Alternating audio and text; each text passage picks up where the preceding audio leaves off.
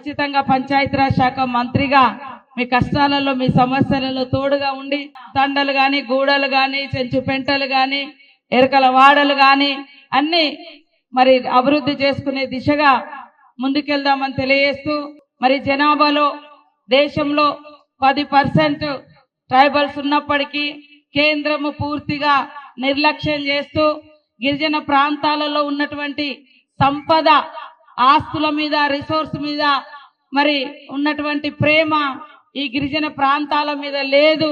అందుకనే ఆనాడైనా ఈనాడైనా మరి ఎప్పుడు కూడా కాంగ్రెసే మన గిరిజనుల పక్షాన శ్రీరామ రక్షగా ఆనాడు నెహ్రూ గారి కానుంచి మొదలు పెడితే ఈ రోజు రాహుల్ గాంధీ గారి వరకు గిరిజన ప్రాంతాలను అభివృద్ధి చేసుకోవాలి, ట్రైబల్ నాయకత్వాన్ని డెవలప్ చేయాలని కలలు గని గిరిజనుల కోసం 5th షెడ్యూల్ ఏరియా కావచ్చు, అటు ఈశాన్య రాష్ట్రాల్లో 6th షెడ్యూల్ ఏరియా కావచ్చు, లేదా మైదాన ప్రాంతాల్లో మాడా పథకం కావచ్చు, ఐటీడీఎల్ కావచ్చు, అదే విధంగా పీసా కావచ్చు, ఇట్లా ఏ తెగకైనా కూడా ఆయా కాలాలలో టైమింగ్స్ బట్టి 1950 నుంచి ఇప్పటి వరకు మన ప్రభుత్వం కేంద్రంలో ఉన్నంత వరకు కొత్త కొత్త విధానాలు తీసుకొచ్చి మన గ్రామాలను మనల్ని రక్షించే విధంగా మన జనాభాకు అనుగుణంగా రిజర్వేషన్లు ఇచ్చే విధంగా మరి ఆలోచించి మరి పనిచేసింది కాంగ్రెస్ ప్రభుత్వం. కానీ గత 10 ఏళ్లలో కూడా ఇటు బీఆర్ఎస్ హయాంలో గాని అటు బీజేపీ హయాంలో 12 సంవత్సరాలుగా మన ప్రాంతాల మీద దోపిడీ కోసం ప్రయత్నం చేసి తప్ప మన యొక్క చట్టాలను మరి అదే విధంగా మన యొక్క సంరక్షణను ఎప్పుడు కూడా సంక్షేమాన్ని ఎప్పుడు కూడా పట్టించుకోలేదు. కాబట్టి మన ప్రభుత్వంలో కూడా కొన్ని సమస్యలు ఉన్నాయి. వాటిని పిసిసి అధ్యక్షుల వారు గాని మేము గాని ఖచ్చితంగా ఇక్కడున్నటువంటి ఎమ్మెల్సీ గారు మరి శంకర్ నాయక్ అన్న గారి ఆధ్వర్యంలో స్టేట్ ఎస్టీసీఎల్ కమిటీ నుంచి ఖచ్చితంగా ముఖ్యమంత్రి గారిని కలిసి వాటిని మనం తొందరలోనే పరిష్కరించుకోవాల్సిన అవసరం ఉంది. ఇటు ఐటీడీఏలను ఇంకా కొత్త వాటిని మనము సాధించుకోవాలి, 3 కార్పొరేషన్లను ఇంప్లిమెంట్ తీసుకోవాలి. అదే విధంగా మరి ఎడ్యుకేషన్, అదే విధంగా ఎంప్లాయ్మెంట్, ఉద్యోగ ఉపాధి అవకాశాలు లేక ఎంతో మంది ఇబ్బంది పడుతున్న క్రమంలోనే ఆనాడు కాంగ్రెస్ ప్రభుత్వంలో ప్రత్యేక డిఎస్సీలు గాని ప్రత్యేక ఉద్యోగాలు గాని ఇచ్చినటువంటి చరిత్ర మన కాంగ్రెస్ ప్రభుత్వం. ఇప్పుడు అవన్నీ కూడా మళ్ళీ సాధించుకోవాలి. అందుకనే అన్ని అవగాహన ఉన్న ఈ దేశ్కి కో మాలిక్ కోనే అని రాహుల్ గాంధీ గారు అడుగుతారు, అది ట్రైబ్స్ అనేది చెప్తా ఉంటాడు. కాబట్టి మరి వారికి మన మీద అంత ప్రేమ ఉన్నది. అలాంటి నాయకుడు మనకు దేశానికి ప్రధానమంత్రి అయితే అట్టడుగు వర్గాలుగా ఉండేటువంటి మనం, సమాజానికి దూరంగా ఉండేటువంటి మనం, ఊరికి దూరంగా ఉండేటువంటి దళిత్, ఇట్లా అన్ని వర్గాల యొక్క సర్వతోముఖ అభివృద్ధి అనేది రాహుల్ గాంధీ గారి మనసులో ఉంది. ఆయన ఎప్పుడు కూడా బడుగు బలహీన వర్గాలు పేదల పక్షాన ఉంటాడు. కాబట్టే బీసీలను కూడా వాళ్ళ జనాభా ఎంతో వాళ్ళకంతా రిజర్వేషన్ ఇవ్వాలని ఇప్పుడు కులగణన కోసం కూడా వారు మరి దేశంలో మొట్టమొదటి నాయకుడిగా బయటకు వచ్చి పనిచేస్తా ఉన్నాడు.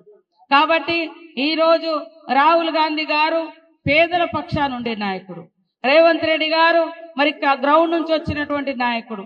కాబట్టి మన పిసిసి అధ్యక్షుడు కూడా మరి గిరిజన ప్రాంతాలు వాళ్ళ జీవితాలు తెలిసినటువంటి నాయకుడు. సో వీళ్ళందరి సమక్షంలో ఖచ్చితంగా అద్భుతాలు మనం సాధించాలి, మన హక్కులను కాపాడుకోవాలి. భవిష్యత్ తరాలకు కూడా మంచి లైఫ్ రావాలంటే మనకు గతంలో ఉన్నటువంటి కాన్స్టిట్యూషన్ డాక్టర్ బిఆర్ అంబేద్కర్ గారి ద్వారా సంక్రమించినటువంటి వచ్చినటువంటి హక్కులను కాపాడుకుంటూ కొత్త వాటిని కూడా సాధించుకోవాల్సిన అవసరం ఉంది. ఈ రోజు చూస్తే గిరిజన ప్రాంతాలలో మనం చూస్తా ఉన్నాం, గుట్టలు పుట్టలు, ఏ గుట్టే కదా అనుకున్నాం, కానీ కార్పొరేట్ కంపెనీ వాడు వచ్చేసిండు, ఆదాని అంబానీలు వచ్చేసిరు. ఆ గుట్ట పక్కన ఉన్న మనోళ్ళు ఉంటారు, ఒంటి మీద గుడ్డ ఉండదు, తినడానికి తిండి ఉండదు, కానీ ఎప్పుడు ఆ సంపద మీద మనోళ్ళు ఎప్పుడు ఆశ పడలే. కానీ ఈ రోజు మరి ఎక్కడెక్కడి నుంచో కార్పొరేట్ కంపెనీలు వస్తున్నాయి.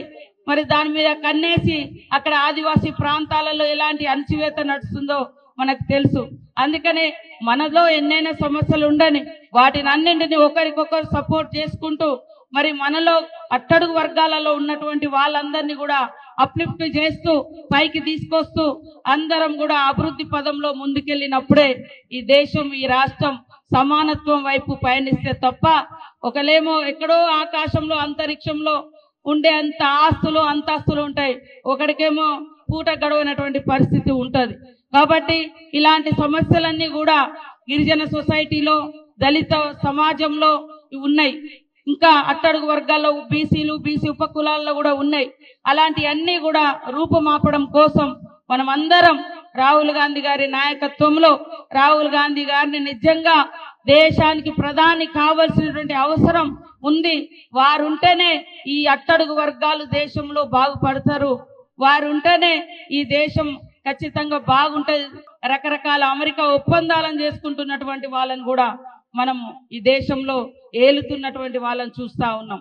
కాబట్టి అందరు ఐక్యంగా మన సమాజం కోసం గిరిజనుల హక్కుల కోసం మరి ముందుకెళ్దాం. ప్రభుత్వం నుంచి రావాల్సినటువంటి అన్ని మరి పదవులు కావచ్చు, సంక్షేమ పథకాలు కావచ్చు, డెవలప్మెంట్ విషయాలు కావచ్చు, అన్ని కూడా ఖచ్చితంగా యుద్ధ ప్రాతిపదికన సాధించుకునే దిశగా ముందుకెళ్దామని తెలియజేస్తూ